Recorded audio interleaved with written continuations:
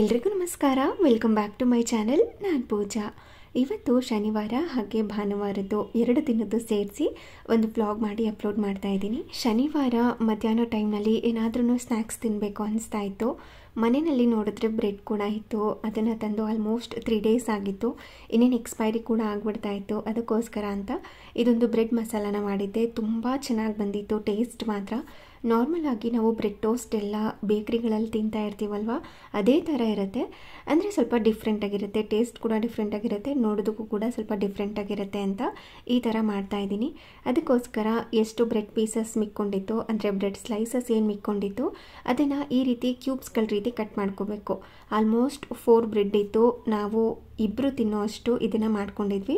ನಿಮ್ಮ ಮನೇಲಿ ಏನಾದ್ರೂ ಜಾಸ್ತಿ ಬ್ರೆಡ್ ಇತ್ತು ಅಂದರೆ ಜಾಸ್ತಿ ಕೂಡ ಮಾಡ್ಕೋಬೋದು. ಟೇಸ್ಟ್ ಮಾತ್ರ ಸಿಕ್ಕಾಪಟ್ಟೆ ಚೆನ್ನಾಗಿರುತ್ತೆ. ಮಕ್ಳಿಗೆ ಏನಾದ್ರೂ ನೀವು ಬ್ರೆಡ್ ತಿನ್ನಿಸ್ತಾ ಇದ್ದರೆ ಅಂಥವ್ರು ಬೇಕಿದ್ರೆ ಈ ಥರ ಟ್ರೈ ಮಾಡ್ಬೋದು. ತರಕಾರಿನೆಲ್ಲ ಹಾಕಿ ಮಾಡ್ಕೊಳ್ಳೋದ್ರಿಂದ ಟೇಸ್ಟ್ ಕೂಡ ತುಂಬಾ ಚೆನ್ನಾಗಿರುತ್ತೆ. ಇವಾಗ ಬ್ರೆಡ್ ಪೀಸಸ್ ಏನಿದೆ ಅದನ್ನೆಲ್ಲ ಈ ಥರ ಕ್ಯೂಬ್ಸ್ಗಳ ರೀತಿ ಕಟ್ ಮಾಡ್ಕೋಬೇಕು. ಅದಾದ ನಂತರ ಸ್ವಲ್ಪ ತರಕಾರಿನೆಲ್ಲ ನೀರಿನಲ್ಲಿ ಹಾಕಿ ಎತ್ತಿಟ್ಕೊಂಡಿದ್ದೀನಿ. ಈರುಳ್ಳಿ, ಟೊಮ್ಯಾಟೊ, ಹಾಗೆ ಕ್ಯಾರೆಟ್, ಹಸಿಮೆಣಸಿನ್ಕಾಯಿ ಮತ್ತು ಸ್ವಲ್ಪ ಕೊತ್ತಂಬರಿ ಸೊಪ್ಪು ಕೂಡ ಬೇಕಾಗುತ್ತೆ. ನನ್ನ ಹತ್ರ ಕ್ಯಾಪ್ಸಿಕಮ್ ಇರಲಿಲ್ಲ, ಹಾಗಾಗಿ ಹಾಕ್ಕೊಂಡಿಲ್ಲ.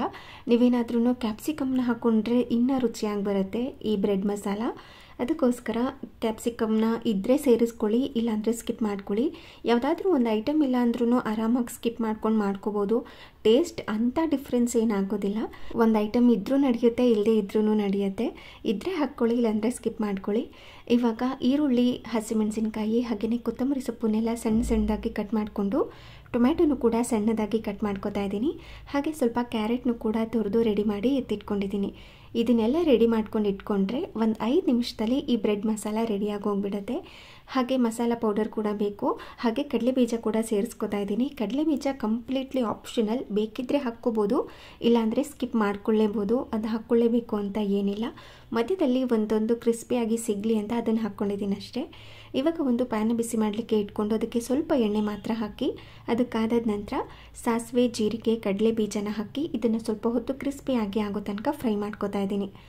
ನಂತರ ಇದಕ್ಕೆ ಸಣ್ಣದಾಗಿ ಕಟ್ ಮಾಡಿ ಇಟ್ಕೊಂಡಿರುವಂತಹ ಈರುಳ್ಳಿ, ಹಸಿಮೆಣಸಿನ್ಕಾಯಿನ ಹಾಕಿ ಮತ್ತೆ ಇದನ್ನು ಚೆನ್ನಾಗಿ ಮಿಕ್ಸ್ ಮಾಡಿಕೊಂಡು ಫ್ರೈ ಮಾಡ್ಕೋಬೇಕು. ಇದನ್ನು ತುಂಬ ಜಾಸ್ತಿ ಹೊತ್ತು ಫ್ರೈ ಮಾಡ್ಕೋಬೇಕು ಅಂತ ಏನಿಲ್ಲ, 1 ನಿಮಿಷ ಫ್ರೈ ಮಾಡಿಕೊಂಡ್ರೆ ಸಾಕು. ಎಲ್ಲ ತರಕಾರಿ ಕ್ರಂಚಿಯಾಗಿದ್ದರೆ ಈ ಬ್ರೆಡ್ ಮಸಾಲ ಸಿಕ್ಕಾಪಟ್ಟೆ ಚೆನ್ನಾಗಿರುತ್ತೆ. ಅದಕ್ಕೋಸ್ಕರ ಸ್ವಲ್ಪ ಮಾತ್ರ ಫ್ರೈ ಮಾಡ್ಕೊಳ್ಳಿ. ಈರುಳ್ಳಿನ ಸ್ವಲ್ಪ ಹೊತ್ತು ಫ್ರೈ ಮಾಡ್ಕೊಂಡಿದ್ದ ನಂತರ ಟೊಮ್ಯಾಟೊ, ಸ್ವಲ್ಪ ಶುಂಠಿ ಬೆಳ್ಳುಳ್ಳಿ ಪೇಸ್ಟನ್ನು ಹಾಕಿ ಹಸಿ ವಾಸನೆ ಹೋಗೋ ತನಕ ಫ್ರೈ ಮಾಡ್ಕೊಳ್ಳೋದು. ಅಂದರೆ 1-2 ನಿಮಿಷ ಫ್ರೈ ಮಾಡಿಕೊಂಡ್ರೆ ಸಾಕು. ಟೊಮ್ಯಾಟೊನೆಲ್ಲ ಫ್ರೈ ಮಾಡ್ಕೊಂಡಿದ್ದ ನಂತರ ತುರಿದಿಟ್ಕೊಂಡಿರುವಂಥ ಕ್ಯಾರೆಟ್, ರುಚಿಗೆ ತಕ್ಕಷ್ಟು ಉಪ್ಪನ್ನು ಸೇರಿಸಿ, ಖಾರಕ್ಕೆ ತಕ್ಕಂತೆ ಅಚ್ಕಾರದ ಪುಡಿನ ಹಾಕ್ಕೊಳ್ಳಿ. ಹಸಿಮೆಣಸಿನ್ಕಾಯಿನ ಸೇರಿಸ್ಕೊಂಡಿರ್ತೀವಿ, ನೋಡ್ಕೊಂಡು ಸೇರಿಸ್ಕೋಬೇಕಾಗತ್ತೆ. ಚಿಟಿಕೆಯಷ್ಟು ಅರಿಶಿನ ಪುಡಿ ಹಾಗೆ ಸ್ವಲ್ಪ ಗರಂ ಮಸಾಲಾನ ಹಾಕಿ ಇನ್ನೊಮ್ಮೆ ಇದನ್ನು ಚೆನ್ನಾಗಿ ಮಿಕ್ಸ್ ಮಾಡ್ಕೊಳ್ಳೋದು. ಟೊಮ್ಯಾಟೊ ನೋಡ್ತಾ ಇರ್ಬೋದು, ನಾವು ಹೆಂಗೆ ಕಟ್ ಮಾಡಿ ಹಾಕಿದ್ವಿ ಹಾಗೆ ಇದೆ, ಮ್ಯಾಶ್ ಆಗೋ ಥರ ಏನೂ ಆಗಿಲ್ಲ, ಇದೇ ಥರನೇ ಇರಬೇಕು. ಅದೇ ಟೊಮ್ಯಾಟೊನ ಸೇರಿಸಿದ ನಂತರ ಕ್ಯಾಪ್ಸಿಕಮ್ ಕೂಡ ಹಾಕಿ ಸ್ವಲ್ಪ ಹೊತ್ತು ಫ್ರೈ ಮಾಡ್ಕೊಳ್ಳೋದು. ಇನ್ ಕೇಸ್ ನೀವೇನಾದ್ರೂ ಕ್ಯಾಪ್ಸಿಕಮ್ನ ಆ್ಯಡ್ ಮಾಡ್ಕೊಳ್ತಾ ಇದ್ರೆ ಅದನ್ನೆಲ್ಲ ಫ್ರೈ ಮಾಡ್ಕೊಂಡಿದ ನಂತರ ಕಟ್ ಮಾಡಿ ಇಟ್ಕೊಂಡಿರುವಂತಹ ಬ್ರೆಡ್ ಕ್ಯೂಬ್ಸ್ಗಳನ್ನೆಲ್ಲ ಹಾಕಿ ಕೊನೆಯಲ್ಲಿ ಸಣ್ಣದಾಗಿ ಕಟ್ ಮಾಡಿ ಇಟ್ಕೊಂಡಿರುವಂತಹ ಕೊತ್ತಂಬರಿ ಸೊಪ್ಪನ್ನು ಹಾಕಿ ಇದನ್ನು ಚೆನ್ನಾಗಿ ಮಿಕ್ಸ್ ಮಾಡಿಕೊಂಡ್ರೆ ಟೇಸ್ಟಿಯಾಗಿ ಹಾಗೆ ತುಂಬ ಸಿಂಪಲ್ಲಾಗಿ ಮಾಡ್ಕೊಳ್ಳುವಂತಹ ಬ್ರೆಡ್ ಮಸಾಲ ರೆಡಿಯಾಗಿರುತ್ತೆ. ಬೇಕು ಅಂದರೆ ಕೊನೆಯಲ್ಲಿ ಟೊಮ್ಯಾಟೊ ಕೆಚಪ್ನ ಹಾಕ್ಕೋಬೋದು. ಇದು ಕೂಡ ಕಂಪ್ಲೀಟ್ಲಿ ಆಪ್ಷನಲ್. ನಿಮಗೆ ಈ ಹಂತದಲ್ಲಿ ಹಾಕ್ಕೊಳ್ಳೋದಕ್ಕೆ ಇಷ್ಟ ಇಲ್ಲ ಅಂತಂದರೆ ನೆಂಚ್ಕೊಳ್ಳೋದಕ್ಕೆ ಅಂದರೆ ಸೈಡಲ್ಲಿ ಸ್ವಲ್ಪ ಹಾಕ್ಕೋಬೋದು. ಇಲ್ಲಾಂದರೆ ತರಕಾರಿನೆಲ್ಲ ಫ್ರೈ ಮಾಡ್ಕೋತಾ ಇರ್ತೀವಲ್ವ, ಆ ಟೈಮ್ನಲ್ಲಿ ಕೂಡ ಸ್ವಲ್ಪನ ಸೇರಿಸ್ಕೋಬೋದು. ಇವಾಗ ನೋಡಿ ಎಷ್ಟು ಬ್ಯೂಟಿಫುಲ್ಲಾಗಿ ಕಾಣಿಸ್ತಾ ಇದೆ, ಹಾಗೆ ಕಲರ್ಫುಲ್ಲಾಗಿ ಕೂಡ ಕಾಣಿಸ್ತಾ ಇತ್ತು. ತಿನ್ನೋದಕ್ಕೂ ಕೂಡ ಅಷ್ಟೇ ಟೇಸ್ಟಿಯಾಗಿಯೂ ಕೂಡ ಇರುತ್ತೆ. ನೀವು ಒಮ್ಮೆ ಇದನ್ನು ಟ್ರೈ ಮಾಡಿ, ನಿಮಗೂ ಕೂಡ ಇಷ್ಟ ಆಗಬಹುದು. ಅಂದರೆ ಬ್ರೆಡ್ಡೆಲ್ಲ ಸ್ವಲ್ಪ ಮ್ಯಾಶ್ ಆಗೋ ಥರ ಮಾಡ್ಕೊಳ್ಳೋದಕ್ಕೆ ಹೋಗಬೇಡಿ. ಸ್ವಲ್ಪ ಬಿಸಿ ಬಿಸಿ ಇರೋವಾಗಲೇ 1-2 ಸತಿ ಮಿಕ್ಸ್ ಮಾಡಿಕೊಂಡು ಅದನ್ನು ಸರ್ವ್ ಮಾಡಬೇಕು. ಸ್ವಲ್ಪ ಹೊತ್ತು ಹಾಗೇ ಬಿಟ್ಟರೆ ಬ್ರೆಡ್ಡೆಲ್ಲ ಫುಲ್ ಮ್ಯಾಶ್ ಆಗೋ ಥರ, ಸಾಫ್ಟ್ ಆಗೋ ಥರ ಆಗಿಬಿಡುತ್ತೆ. ನೋಡಿಕೊಂಡು ನೀವು ಫಾಸ್ಟಾಗಿ ಬ್ರೆಡ್ ಹಾಕಿದ ಮೇಲೆ ಫಾಸ್ಟಾಗಿ ಸರ್ವ್ ಮಾಡಬೇಕಾಗತ್ತೆ. ಹಾಗೆಯೇ ಅದನ್ನೆಲ್ಲ ತಿಂದು ವ್ಲಾಗ್ನ ಕಂಟಿನ್ಯೂ ಮಾಡೋದಕ್ಕೆ ಆಗಲಿಲ್ಲ. ಹಾಗೆ ಸ್ವಲ್ಪ ಲಾಸ್ಟ್ ಟೈಮ್ ಶಾಪಿಂಗ್ ಮಾಡಿದ್ದೆ ಅಲ್ವಾ, ಅದೆಲ್ಲ ಒಂದು ಸೈಜ್ ಜಾಸ್ತಿನೇ ತರಿಸಿಟ್ಕೊಂಡಿದ್ದೆ. ಕೆಲವೊಂದು ವೆಬ್ಸೈಟ್ಗಳಲ್ಲಿ ಸೈಜ್ಗಳ ವೇರಿಯೇಷನ್ ಆಗ್ತಾನೇ ಇರುತ್ತೆ. ಅದಕ್ಕೋಸ್ಕರ ಸುಮ್ಮನೆ ಯಾಕೆ ಟೈಟ್ ಆದರೆ ಚೆನ್ನಾಗಿರೋದಿಲ್ಲ, ಸ್ವಲ್ಪ ಲೂಸ್ ಆದರೂ ಪರವಾಗಿಲ್ಲ ಅಂತ ಸ್ವಲ್ಪ ಲೂಸಾಗೇ ತರಿಸಿಟ್ಕೊಂಡಿದ್ದೆ. ಅದಕ್ಕೋಸ್ಕರ ಇವಾಗೆಲ್ಲ ಇದನ್ನು ಆಲ್ಟರ್ ಮಾಡ್ಕೊಳ್ಳೋದಕ್ಕೆ ರೆಡಿ ಮಾಡ್ಕೋತಾ ಇದ್ದೀನಿ. ನಾನು ತರಿಸಿದ ವೆಬ್ಸೈಟಲ್ಲಿ ಕರೆಕ್ಟ್ ಸೈಜ್ ಇರಲೇ ಇಲ್ಲ. ಫಾರ್ ಎಕ್ಸಾಂಪಲ್ 32, 34, 36 ಅಂತ ಇದ್ದರೆ ಇವರಲ್ಲಿ 31, 33, 35 ಅಂತ ಇತ್ತು. ಸೊ ಹಾಗಾಗಿ ಸ್ವಲ್ಪ ವೇರಿಯೇಷನ್ ಆಗ್ತಾನೆ ಇತ್ತು, ಸ್ವಲ್ಪ ಲೂಸ್ ಇತ್ತು. ಅದಕ್ಕೋಸ್ಕರ ಇಲ್ಲಿ ಆಲ್ಟರ್ ಮಾಡ್ಕೊಳ್ಳೋದಕ್ಕೆ ನೀಟಾಗಿ ಯಾವ್ದು ಆಲ್ಟರ್ ಮಾಡ್ಕೋಬೇಕಾಗಿತ್ತು ಅದನ್ನೆಲ್ಲ ಎತ್ತಿಟ್ಕೊಂಡಿದ್ದೀನಿ. ನಾರ್ಮಲ್ ಕುರ್ತೀಸ್ ಆದರೆ ಅಂದರೆ ಈ ಕುರ್ತೀಸ್ಗಳಲ್ಲಿ ಪಾಕೆಟ್ ಏನೂ ಇಲ್ಲ ಅಂದರೆ ಈಸಿಯಾಗಿ ಆಲ್ಟರ್ ಮಾಡ್ಕೋಬೋದು. ಇನ್ ಕೇಸ್ ಏನಾದ್ರೂ ರೈಟ್ ಸೈಡ್ ಅಥವಾ ಲೆಫ್ಟ್ ಸೈಡ್ ಪಾಕೆಟ್ ಏನಾದರೂ ಇತ್ತು ಅಂತಂದರೆ ಕುರ್ತಿಗೆ ಸ್ವಲ್ಪ ಆಲ್ಟರ್ ಮಾಡ್ಕೊಳ್ಳೋದಕ್ಕೆ ಕಷ್ಟ ಆಗುತ್ತೆ. ಅಂದರೆ ಸೈಡ್ಸಲ್ಲೆಲ್ಲ ನಾವು ಟಕ್ ಹಾಕ್ಕೊಂಡು ಬಂದಾಗ ಈ ಪಾಕೆಟ್ ಹತ್ರ ಸ್ವಲ್ಪ ಹೆಚ್ಚು ಕಮ್ಮಿ ಆಗೋ ಚಾನ್ಸಸ್ ಇರುತ್ತೆ. ಅದಕ್ಕೋಸ್ಕರ ನಾನು ಯಾವ ರೀತಿ ಆಲ್ಟರ್ ಮಾಡ್ತೀನಿ ಅಂತ ತೋರಿಸ್ತಾ ಇದ್ದೀನಿ. ಅಂದರೆ ಜಾಸ್ತಿ ಡಿಫ್ರೆನ್ಸ್ ಏನೂ ಆಗೋದಿಲ್ಲ, ತುಂಬ ಈಸಿಯಾಗಿ ನಾವು ಈ ಥರ ಕುರ್ತೀಸ್ಗಳನ್ನ ಅಂದರೆ ಪಾಕೆಟ್ ಇರುವಂತಹ ಕುರ್ತೀಸ್ಗಳನ್ನ ಆಲ್ಟರ್ ಮಾಡ್ಕೋಬೋದು. ಒಂದು ಸೈಡ್ ಪಾಕೆಟ್ ಏನಿರೋದಿಲ್ಲ ಅಲ್ವಾ, ಆ ಸೈಡ್ ನಿಮಗೆ ಯಾವ ಸೈಜಲ್ಲಿ ಬೇಕೋ ಅಂತ ನೋಡಿಕೊಂಡು ಕರೆಕ್ಟಾಗಿ ನಮ್ಮ ಸ್ಲೀವಿಂದ ಹಿಡಿದು ಸ್ಲೀವ್ ಸ್ಟಾರ್ಟಿಂಗ್ ಇರುತ್ತಲ್ವ ಅಲ್ಲಿಂದ ನಮಗೆ ಈ ಸೊಂಟದ ಹತ್ರ ಸ್ಲಿಟ್ ಬರುತ್ತಲ್ವ ಅಲ್ಲಿ ತನಕ ಆರಾಮಾಗಿ ಆಲ್ಟರ್ ಮಾಡ್ಕೋಬೋದು. ಯಾಕೆಂದರೆ ಈ ಸೈಡಲ್ಲಿ ಯಾವುದೇ ಥರ ಪಾಕೆಟ್ ಇರೋದಿಲ್ಲ, ಯಾವುದೇ ಥರ ಡಿಸ್ಟರ್ಬೆನ್ಸ್ ಕೂಡ ಇರೋದಿಲ್ಲ, ಆರಾಮಾಗಿ ನಾವು ಸ್ಟಿಚಿಂಗ್ನ ಹಾಕ್ಕೋಬೋದು. ಅದೇ ಇನ್ನೊಂದು ಸೈಡಲ್ಲಿ ನಮಗೆ ಏನಿರುತ್ತೆ ಅಂತಂದರೆ ಪಾಕೆಟ್ ಇರುತ್ತೆ, ಅಲ್ಲಿ ಆಲ್ಟರ್ ಮಾಡ್ಕೊಳ್ಳೋದಕ್ಕೆ ಕಷ್ಟ ಆಗುತ್ತೆ. ಈ ಸ್ಲೀವಿಂದ ಏನಿದೆ ಅಲ್ಲಿಂದ ನೀಟಾಗಿ ನಮಗೆ ಎಷ್ಟು ಬೇಕೋ ಅಷ್ಟನ್ನೇ ಆಲ್ಟರ್ ಮಾಡ್ಕೊಳ್ತಾ ಬರಬೇಕು. ಅಂದರೆ ಎಷ್ಟು ಡಿಸ್ಟೆನ್ಸಲ್ಲಿ ಬೇಕು ಅಂತ ಮಾರ್ಕ್ ಮಾಡಿಕೊಂಡು ಸ್ಟಿಚಸ್ನ ಹಾಕ್ಕೊಂಡು ಬರಬೇಕು. ಹಾಗೆ ನಮಗೆ ಪಾಕೆಟ್ ಎಲ್ಲಿ ಸ್ಟಾರ್ಟ್ ಆಗುತ್ತಲ್ವ ಅಲ್ಲಿಗೆ ತೊಗೊಂಡು ಬಂದು ಸ್ಟಿಚಿಂಗ್ನ ಸ್ಟಾಪ್ ಮಾಡಬೇಕು. ಸ್ಟಾಪ್ ಯಾವ ಥರ ಮಾಡಬೇಕು ಅಂದರೆ ನಾವು ಹೇಗೆ ಸ್ಟಿಚಸ್ನ ಹಾಕ್ಕೊಂಡು ಬಂದಿದ್ವಿ ಹಾಗೆ ಸ್ಟಾಪ್ ಮಾಡಬೇಕು. ಸೈಡಿಗೆ ತೊಗೊಂಡು ಬಂದು ಇಲ್ಲ ಕರ್ವಾಗಿ ತೊಗೊಂಡು ಬಂದು ಫಿನಿಶಿಂಗ್ ಕೊಡಬೇಕು ಅಂತ ಏನಿಲ್ಲ. ನೋಡಿ ನಾನು ಸ್ಟ್ರೇಟಾಗಿ ಹೆಂಗೆ ಹಾಕ್ಕೊಂಬರ್ತಾ ಇದ್ದೀನಿ ಹಾಗೆ ತೊಗೊಂಡು ಬಂದು ಇಲ್ಲಿಗೆ ಸ್ಟಾಪ್ ಮಾಡ್ಕೋತೀನಿ. ಈ ಥರ ಮಾಡ್ಕೊಳ್ಳೋದ್ರಿಂದ ನಮಗೆ ಸ್ಲಿಟ್ ಸೈಡ್ ಏನಿರುತ್ತಲ್ವ ಅದೆಲ್ಲ ಸ್ವಲ್ಪ ರೋಲ್ ಆಗೋ ಥರ ಇರುತ್ತೆ, ಫಿನಿಶಿಂಗ್ ಚೆನ್ನಾಗಿ ಬರೋದಿಲ್ಲ, ಆ ಥರ ಎಲ್ಲ ಕಾಣಿಸೋದೇ ಇಲ್ಲ. ಎಷ್ಟು ನೀಟಾಗಿ ಕಾಣಿಸುತ್ತೆ ಅಂದರೆ ನಾವು ಇದನ್ನು ಆಲ್ಟರ್ ಮಾಡಿದ್ದೀವಿ ಅಂತಲೇ ಗೊತ್ತಾಗೋದಿಲ್ಲ, ಅಷ್ಟು ನೀಟಾಗಿ ಕಾಣಿಸುತ್ತೆ, ಫಿನಿಶಿಂಗ್ ಅಷ್ಟೇ ಚೆನ್ನಾಗಿ ಬರುತ್ತೆ. ಅದೇ ಥರ ಮಿಕ್ಕಿರುವಂಥ ಕುರ್ತಾಗಳು ಕೂಡ ಇತ್ತು, ಅದನ್ನು ಕೂಡ ನೀಟಾಗಿ ಆಲ್ಟರ್ ಮಾಡ್ಕೋತಾ ಇದ್ದೀನಿ. ಆಲ್ಮೋಸ್ಟ್ ನಾನು ತೊಗೊಂಡಿದ್ದಂಥ ಕುರ್ತೀಸ್ಗಳಲ್ಲೆಲ್ಲ ಪಾಕೆಟೇ ಇತ್ತು, ಎಲ್ಲನೂ ಕೂಡ ಇದೇ ಥರ ಆಲ್ಟರ್ ಮಾಡಿ ಇಟ್ಕೊಂಡಿದ್ದೀನಿ. ನಾನು ನೆಕ್ಸ್ಟ್ ಟೈಮ್ ವೇರ್ ಮಾಡಿದಾಗ ಆಲ್ಟರ್ ಮಾಡ್ಕೊಂಡಾಗ ಯಾವುದೇ ಥರ ಹೆಚ್ಚು ಕಡಿಮೆ ಏನೂ ಆಗಿರಲ್ಲ, ತುಂಬ ಚೆನ್ನಾಗಿ ಫಿನಿಶಿಂಗ್ ಬಂದಿರುತ್ತೆ ಅಂತ ಹೇಳಿದೆ ಅಲ್ವಾ, ಅದನ್ನು ಕೂಡ ಶೇರ್ ಮಾಡ್ತೀನಿ. 4ರಿಂದ 5 ಕುರ್ತೀಸ್ಗಳನ್ನ ಆಲ್ಟರ್ ಮಾಡ್ಕೋಬೇಕಾಗಿತ್ತು. ಅದಕ್ಕೆಲ್ಲ ನೀಟಾಗಿ ಸ್ಟಿಚಸ್ನ ಹಾಕಿ ಒಂದು ಸಾರಿ ವೇರ್ ಮಾಡಿ ಕೂಡ ನೋಡಿ ಚೆಕ್ ಮಾಡಿಕೊಂಡೆ ಕರೆಕ್ಟಾಗಿದೆಯಾ ಇಲ್ವಾ ಅಂತ. ಇನ್ನು ಎಲ್ಲಾದರೂ ಹೊರಗಡೆ ಹೋಗಬೇಕು ಅಂದಾಗ ಆಲ್ಟರ್ ಮಾಡ್ಕೋಬೇಕು ಅಂದರೆ ಕಷ್ಟ ಆಗುತ್ತೆ ಅಂತ ನೀಟಾಗಿ ಒಂದು ಸಾರಿ ಚೆಕ್ ಮಾಡಿಕೊಂಡು ಆಲ್ಟರ್ ಮಾಡಿ ಅದನ್ನು ವಾರ್ಡ್ರೋಬ್ನಲ್ಲಿ ನೀಟಾಗಿ ಆರ್ಗನೈಸ್ ಮಾಡ್ಕೊಂಡಿದ್ದಾಯಿತು. ಹಾಗೆ ನಾಳೆ ಇಡ್ಲಿ ಮಾಡೋಣ ಅಂತ ಇಡ್ಲಿಗೂ ಕೂಡ ನೆನೆಸಿಟ್ಕೊಂಡಿದ್ದೆ. ಬೆಳಗ್ಗೆನೇ ನೆನೆಸಿಟ್ಕೋಬೇಕಾಗಿತ್ತು, ಆದರೆ ನನಗೆ ಮರೆತು ಹೋಗಿ ಒಂದು 4 ಗಂಟೆ ಹಾಗೆ ನೆನೆಸಿಟ್ಕೊಂಡಿದ್ದೆ. ಹಾಗೆಯೇ ಇವಾಗ ಒಂದು 9 ಗಂಟೆ ಹಾಗೆ ರುಬ್ಕೋತಾ ಇದ್ದೀನಿ. ಒಂದು 4ರಿಂದ 5 ಗಂಟೆ ನೆನೆಸ್ಕೊಂಡ್ರೆ ಸಾಕಾಗುತ್ತೆ ಅಂತ ಅನಿಸುತ್ತೆ. ಟೈಮ್ ಇತ್ತು ಅಂದರೆ ಜಾಸ್ತಿ ನೆನೆಸ್ಕೋಬೋದು, ಟೈಮ್ ಇಲ್ಲ ಅಂದರೆ ಒಂದು 4ರಿಂದ 5 ಗಂಟೆ ನೆನೆಸಿದ್ರೂ ಕೂಡ ನಡೆಯುತ್ತೆ. ಇದಕ್ಕೆ ಜಾಸ್ತಿ ಏನೂ ಇಲ್ಲ, ಯಾವುದಾದ್ರೂ ಒಂದು ಲೋಟನ ಅಳತೆ ಮಾಡಿಕೊಂಡು 3 ಲೋಟದಷ್ಟು ಇಡ್ಲಿ ಅಕ್ಕಿನ ಸೇರಿಸ್ಕೊಂಡಿದ್ದೀನಿ. ಅದೇ ಲೋಟದಲ್ಲಿ 1 ಲೋಟದಷ್ಟು ಉದ್ದಿನ ಕಾಳು ಅಥವಾ ಉದ್ದಿನ ಬೇಳೆನ ಹಾಕ್ಕೋಬೇಕು. ಹಾಗೆಯೇ 1 ಹಿಡಿಯಷ್ಟು ಅವಲಕ್ಕಿ, 1 ಹಿಡಿಯಷ್ಟು ಅಂದರೆ 1 2ರಿಂದ 3 ಸ್ಪೂನಷ್ಟು ಸಬ್ಬಕ್ಕಿನೂ ಕೂಡ ಎಲ್ಲನೂ ಒಟ್ಟಿಗೆ ನೆನೆಸಿಟ್ಕೊಂಡಿದ್ದೆ. ಅಂದರೆ ಚಿಕ್ಕ ಚಿಕ್ಕ ಲೋಟದಲ್ಲಿ ಹಾಕ್ಕೊಂಡಿದ್ದೆ ಅಲ್ವಾ, ಸೊ ಹಾಗಾಗಿ ಸೆಪ್ರೇಟಾಗಿ ಏನೂ ನೆನೆಸಿಟ್ಕೊಂಡಿಲ್ಲ, ಎಲ್ಲನೂ ಒಟ್ಟಿಗೆ ನೆನೆಸಿಟ್ಕೊಂಡಿದ್ದೆ. ಇವಾಗ ರುಬ್ಬವಾಗ ಗ್ರೈಂಡರಲ್ಲಿ ರುಬ್ಕೋತೀನಿ. ಟೈಮ್ ಏನಾದರೂ ಇತ್ತು ಅಂತ ಅಂದರೆ ಬೇಗ ನೆನೆಸಿಟ್ಕೊಂಡಿದ್ದೆ, ಟೈಮ್ ಜಾಸ್ತಿನೇ ಇತ್ತು, ಕಡಿಮೆ ಕ್ವಾಂಟಿಟಿಯಲ್ಲಿ ಕೂಡ ನೆನೆಸಿದ್ರೆ ಆರಾಮಾಗಿ ಮಿಕ್ಸಿನಲ್ಲೇ ರುಬ್ಕೋತೀನಿ, ಚೆನ್ನಾಗೇ ಬರುತ್ತೆ. ಜಾಸ್ತಿ ಕ್ವಾಂಟಿಟಿಯಲ್ಲಿ ಏನಾದರೂ ನೆನೆಸಿಟ್ಕೊಂಡಿದ್ದೆ ಅಂತಂದರೆ ಗ್ರೈಂಡರಲ್ಲಿ ರುಬ್ಕೋತೀನಿ. ಆದರೆ ಇವತ್ತು ಕಡಿಮೆ ಕ್ವಾಂಟಿಟಿಯಲ್ಲೇ ನೆನೆಸಿದ್ದೆ, ಹಾಗೆ ಲೇಟಾಗಿ ಕೂಡ ನೆನೆಸಿದ್ದೆ ಅಲ್ವಾ, ಚೆನ್ನಾಗಿ ಬರಬೇಕು, ನಾಳೆ ನೀಟಾಗಿ ಹುಬ್ಬಿ ಬರಲಿಲ್ಲ ಅಂದರೆ ಕಷ್ಟ ಆಗುತ್ತೆ ಅಂತ ಗ್ರೈಂಡರಲ್ಲೇ ರುಬ್ಕೊಳ್ಳೋದಕ್ಕೆ ರೆಡಿ ಮಾಡ್ಕೋತಾ ಇದ್ದೀನಿ. ಗ್ರೈಂಡರಲ್ಲಿ ರುಬ್ಕೊಳ್ಳೋದು ತುಂಬ ಈಸಿನೇ ಆಯಿತಾ, ನೀಟಾಗಿ ಬರುತ್ತೆ, ಹಿಟ್ಟೆಲ್ಲ ಚೆನ್ನಾಗಿ ಹೊಂದ್ಕೊಳ್ಳುತ್ತೆ. ಹಾಗೆ ದೋಸೆ ಆಗಿರ್ಬೋದು, ಇಡ್ಲಿ ಆಗಿರ್ಬೋದು ತುಂಬ ಚೆನ್ನಾಗಿ ಬರುತ್ತೆ. ಹಾಗೆ ದೋಸೆ ಹಿಟ್ಟು ಕೂಡ ಚೆನ್ನಾಗಿ ಫರ್ಮೆಂಟೇಷನ್ ಆಗುತ್ತೆ ಅಂತ. ಆದರೆ ಈ ಗ್ರೈಂಡರ್ ಕ್ಲೀನ್ ಮಾಡ್ಕೊಳ್ಳೋದಿದೆಯಲ್ಲ ಎಷ್ಟು ಕಷ್ಟ ಅಂತಂದರೆ ಈ ಕಲ್ಲೆಲ್ಲ ತೆಗಿಬೇಕು, ಹಾಗೆ ಈ ಪಾತ್ರೆ ಎಲ್ಲ ತೆಗಿಬೇಕು, ಅದನ್ನೆಲ್ಲ ನೀಟಾಗಿ ಕ್ಲೀನ್ ಮಾಡಬೇಕು. ಕೆಲವೊಂದು ಸಾರಿ ಈ ಕಂಬಿ ಥರ ಇರುತ್ತಲ್ವ, ಈ ಪಾತ್ರೆ ಎಲ್ಲ ನಾವು ಇಡೋದಕ್ಕೆ ಅಂತ ಅಲ್ಲೆಲ್ಲ ಹಿಟ್ಟು ಹೋಗ್ಬಿಟ್ಟಿರುತ್ತೆ. ಅದನ್ನೆಲ್ಲ ಕ್ಲೀನ್ ಮಾಡಬೇಕು ಅಂದರೆ ಏನಿಲ್ಲ ಅಂದ್ರೂ 20-30 ನಿಮಿಷ ಬೇಕಾಗುತ್ತೆ. ಆ ಕಲ್ಲನ್ನೆಲ್ಲ ಚೆನ್ನಾಗಿ ಉಜ್ಜಿ ತೊಳೆಯೋದಕ್ಕೆ. ಈ ಗ್ರೈಂಡರಲ್ಲಿ ರುಬ್ಬಿದ್ರೆ ಚೆನ್ನಾಗಿ ಬರುತ್ತೆ, ಆದರೆ ಇದನ್ನೆಲ್ಲ ಕ್ಲೀನ್ ಮಾಡ್ಕೋಬೇಕು ಅಂದರೆ ಕಷ್ಟ. ಅದಕ್ಕೆ ಮಿಕ್ಸಿನಲ್ಲೇ ರುಬ್ಕೋತೀನಿ. ಆದರೆ ಕೆಲವೊಂದು ಸಾರಿ ಗ್ರೈಂಡರಲ್ಲೂ ಕೂಡ ರುಬ್ಕೋಬೇಕಾಗತ್ತೆ. ತೊಗೊಂಬಿಟ್ಟಿರ್ತೀವಲ್ವ, ಸುಮ್ಮನೆ ಹಾಗೆ ಇಟ್ಟರೆ ಹಾಳಾಗೋ ಚಾನ್ಸಸ್ ಇರುತ್ತೆ. ಅದಕ್ಕೋಸ್ಕರ ಅವಾಗವಾಗ ಅಪರೂಪಕ್ಕೆ ಒಂದೊಂದು ಸಾರಿ ತೆಗೆದು ಈ ರೀತಿ ಬಳಸ್ಕೊಳ್ಳೋದು. ಇನ್ನು ಗೆಸ್ಟ್ ಏನಾದರೂ ಬಂದಾಗ ಜಾಸ್ತಿ ನೆನೆಸಿಟ್ಟಿರ್ತೀವಲ್ವ, ಆ ಟೈಮ್ನಲ್ಲಿ ಗ್ರೈಂಡರಲ್ಲಿ ರುಬ್ಕೊಳ್ಳೋದು. ಆವಾಗ ಉದ್ದಿನಬೇಳೆನೇ ಸೆಪ್ರೇಟಾಗಿ ರುಬ್ಕೊಂಡಿರ್ತೀನಿ, ಅಕ್ಕಿನೇ ಸೆಪ್ರೇಟಾಗಿ ರುಬ್ಕೊಂಡಿರ್ತೀನಿ, ಈ ಥರ ಮಾಡ್ಕೊಳ್ಳೋದು. ಹಾಗೆಯೇ ಈ ಥರ ಹಿಟ್ಟನ್ನು ತೆಗೆಯುವಾಗ ಕಲ್ಲನ್ನು ಫಸ್ಟೇ ತೆಗಿಬಾರ್ದು. ಈ ಥರ ಕಲ್ಲನ್ನು ಚೆನ್ನಾಗಿ ಈ ರೀತಿ ತಿರುಗಿಸ್ತಾ ಇದ್ದರೆ ಅದರಲ್ಲಿರುವಂಥ ಹಿಟ್ಟೆಲ್ಲ ಚೆನ್ನಾಗಿ ಬಂದುಬಿಡುತ್ತೆ.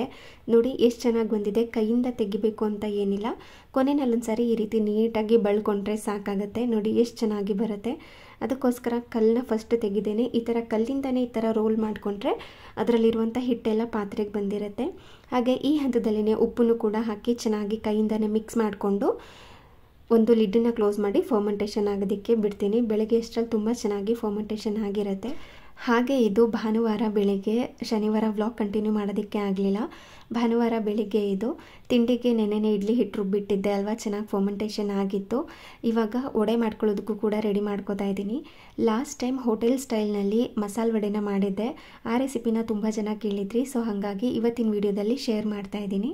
ಅದಕ್ಕೋಸ್ಕರ ಅಂತ ಇಲ್ಲಿ ಕಡಲೆಕಾಳನ್ನು 2-3 ಗಂಟೆಗಳ ಕಾಲ ನೆನೆಸಿಟ್ಕೊಂಡಿದ್ದೆ. ಅಂದರೆ ಬೆಳಗ್ಗೆ ಒಂದು 5 ಗಂಟೆ ಹಾಗೆ ಎದ್ದು ನೆನೆಸಿಟ್ಕೊಂಡ್ರೆ 8 ಗಂಟೆ ಅಷ್ಟರಲ್ಲೆಲ್ಲ ಆರಾಮಾಗಿ ರುಬ್ಕೋಬೋದು. ಇವಾಗ ಹೋಟೆಲ್ ಸ್ಟೈಲ್ನಲ್ಲಿ ಅಥವಾ ಸ್ಟ್ರೀಟ್ ಸ್ಟೈಲ್ನಲ್ಲಿ ವಡೆನ ಮಾಡ್ಕೊಳ್ಳೋದಕ್ಕೆ, ಅಂದರೆ ಮಸಾಲೆ ವಡೆನ ಮಾಡ್ಕೊಳ್ಳೋದಕ್ಕೆ ಒಂದು ಮಿಕ್ಸಿ ಜಾರ್ಗೆ ಸ್ವಲ್ಪ ಚಕ್ಕೆನ ಹಾಕಿ ಅದಕ್ಕೆ ಸ್ವಲ್ಪ ಶುಂಠಿ, ಬೆಳ್ಳುಳ್ಳಿ, ಖಾರಕ್ಕೆ ತಕ್ಕಂತೆ ಹಸಿಮೆಣಸಿನ್ಕಾಯಿನ ಸೇರಿಸ್ಕೊಂಡಿದ್ದೀನಿ. ಹಾಗೆಯೇ 1 ಸ್ಪೂನಷ್ಟು ಧನಿಯಾ, ಹಾಗೆ 3/4 ಸ್ಪೂನಷ್ಟು ಜೀರಿಗೆನ ಹಾಕ್ಕೊಂಡಿದ್ದೀನಿ. ಅದಾದ ನಂತರ ಇದಕ್ಕೆ ಸ್ವಲ್ಪ ಕರಿಬೇವಿನ ಸೊಪ್ಪನ್ನು ಕೂಡ ಸೇರಿಸ್ಕೋಬೇಕು. ಜಾಸ್ತಿನೇ ಹಾಕ್ಕೋತಾ ಇದ್ದೀನಿ. ನಂತರ ಇದಕ್ಕೆ ಸ್ವಲ್ಪ ತುರಿದಿಟ್ಕೊಂಡಿರುವಂಥ ತೆಂಗಿನಕಾಯಿ ತುರಿ ಕಟ್ ಮಾಡಾದರೂ ಹಾಕ್ಕೋಬೋದು, ತುರ್ಕೊಂಡಾದ್ರೂ ಸೇರಿಸ್ಕೋಬೋದು. ಹಾಗೆ ಚಿಟಿಕೆಯಷ್ಟು ಅರಿಶಿನ ಪುಡಿನ ಹಾಕಿ ಸ್ವಲ್ಪ ಹಿಂಗನ್ನು ಕೂಡ ಸೇರಿಸ್ಕೊಂಡು ಸ್ವಲ್ಪ ಉಪ್ಪನ್ನು ಸೇರಿಸ್ಕೋತೀನಿ. ಅಂದರೆ ಈ ಮಸಾಲೆಗೆ ಎಷ್ಟು ಬೇಕೋ ಅಷ್ಟನ್ನು ಹಾಕಿ, ಹಾಗೆಯೇ ಇದಕ್ಕೆ ಸ್ವಲ್ಪ ಬ್ಯಾಡಗಿ ಮೆಣಸಿನ್ಕಾಯಿ ಹಾಕ್ಕೊಳ್ಳೋದ್ರಿಂದ ಒಳ್ಳೆ ಕಲರ್ ಬರುತ್ತೆ ವಡೆಗೆ, ತುಂಬ ಚೆನ್ನಾಗಿರುತ್ತೆ ನೋಡೋದಕ್ಕೆ ಮತ್ತು ತಿನ್ನೋದಕ್ಕೆಲ್ಲ.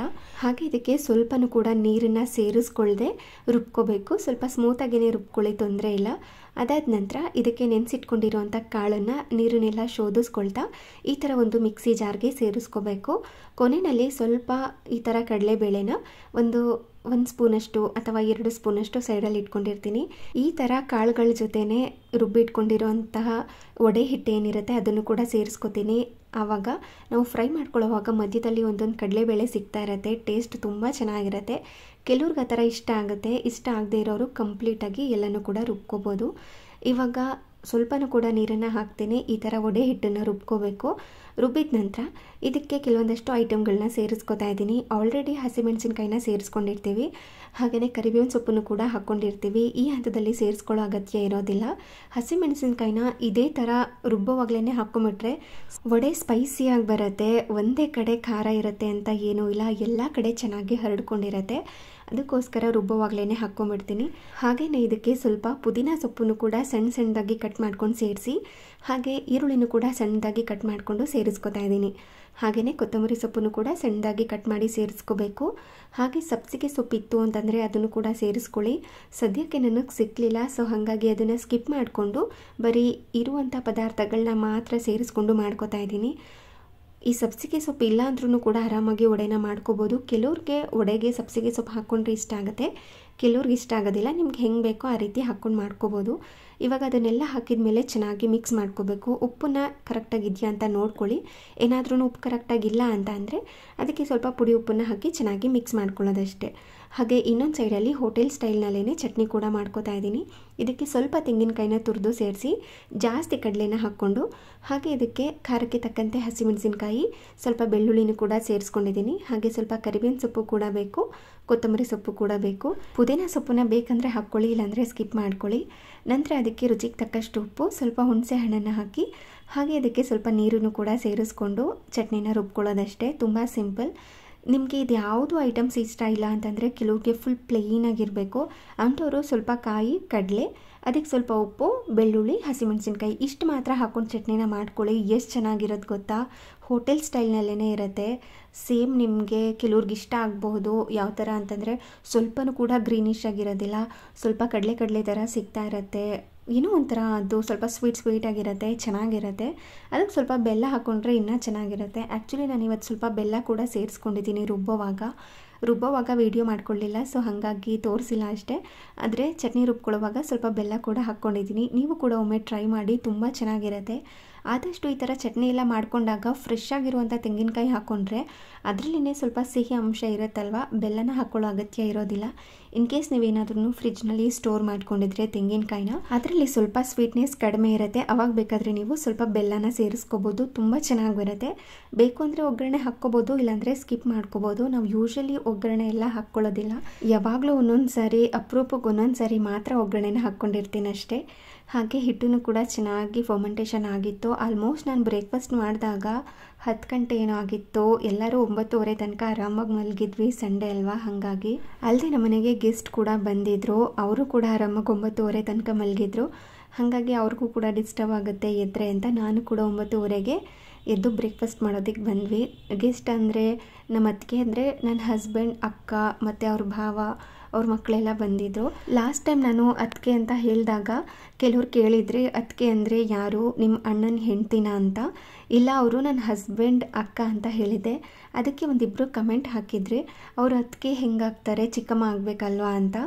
ನಮ್ಮ ಮಮ್ಮಿ ನಮ್ಮ ಅಪ್ಪನ ಅಕ್ಕಂದಿರು ಮತ್ತು ಅವ್ರ ತಂಗಿನ ಅತ್ತಿಗೆ ಅಂತಲೇ ಕರೀತಾರೆ. ನಾನು ಕೂಡ ಹಾಗೇ ಕರಿತೀನಿ. ಅತ್ತಿಗೆ ಅಂತ ಅವ್ರನ್ನ ಕರೆಯೋದಿಲ್ಲ, ಅಂದರೆ ನಿಮಗೆಲ್ಲ ಹೇಳೋವಾಗ ಅತ್ತಿಗೆ ಅಂತ ಹೇಳ್ತೀನಿ ಅಷ್ಟೇ. ಆದರೆ ನಾನು ಮದುವೆ ಆಗಿ ಬಂದಾಗಿಂದನೂ ಅಕ್ಕ ಅಂತ ಕರೆದು ಅಭ್ಯಾಸ ಆಗಿ ಅಕ್ಕ ಅಂತಲೇ ಕರೆಯೋದು, ಅತ್ತಿಗೆ ಅಂತ ಬರೋದೇ ಇಲ್ಲ.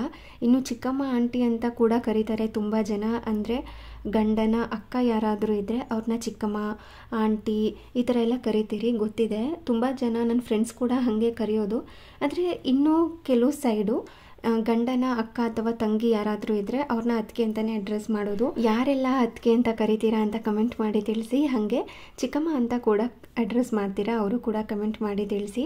ಹಾಗೆ ಒಂದು ಸೈಡಲ್ಲಿ ಇಡ್ಲಿನ ಬೇಯೋದಕ್ಕೆ ಇಟ್ಕೊಂಡಿದ್ದೀನಿ, ಹಾಗೆ ಇನ್ನೊಂದು ಸೈಡಲ್ಲಿ ಮಸಾಲೆ ವಡೆ ಕೂಡ ಮಾಡ್ಕೊಳ್ಳೋದಕ್ಕೆ ರೆಡಿ ಮಾಡ್ಕೋತಾ ಇದ್ದೆ. ಒಂದು ಸೈಡ್ ಇಡ್ಲಿ ಬೇಯ್ತಾ ಇದ್ದರೆ ಇನ್ನೊಂದು ಸೈಡಲ್ಲಿ ಬಿಸಿಯಾಗಿ ಮಸಾಲೆ ವಡೆ ಕೂಡ ರೆಡಿ ಆಗ್ತಾ ಇರುತ್ತೆ.